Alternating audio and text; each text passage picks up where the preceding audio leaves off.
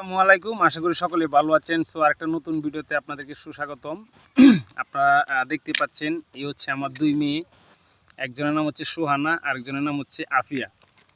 তো তারা আমার দুই সন্তান, আমার দুই মেয়ে। সো আজকে আমার মেয়ের সাথে একটু কথা বলবো। আম্মু, কি অবস্থা, কেমন আছো? হ্যাঁ, ভালো। ভালো আছো তুমি? তোমার নাম কি আম্মু, বলো তো একটু।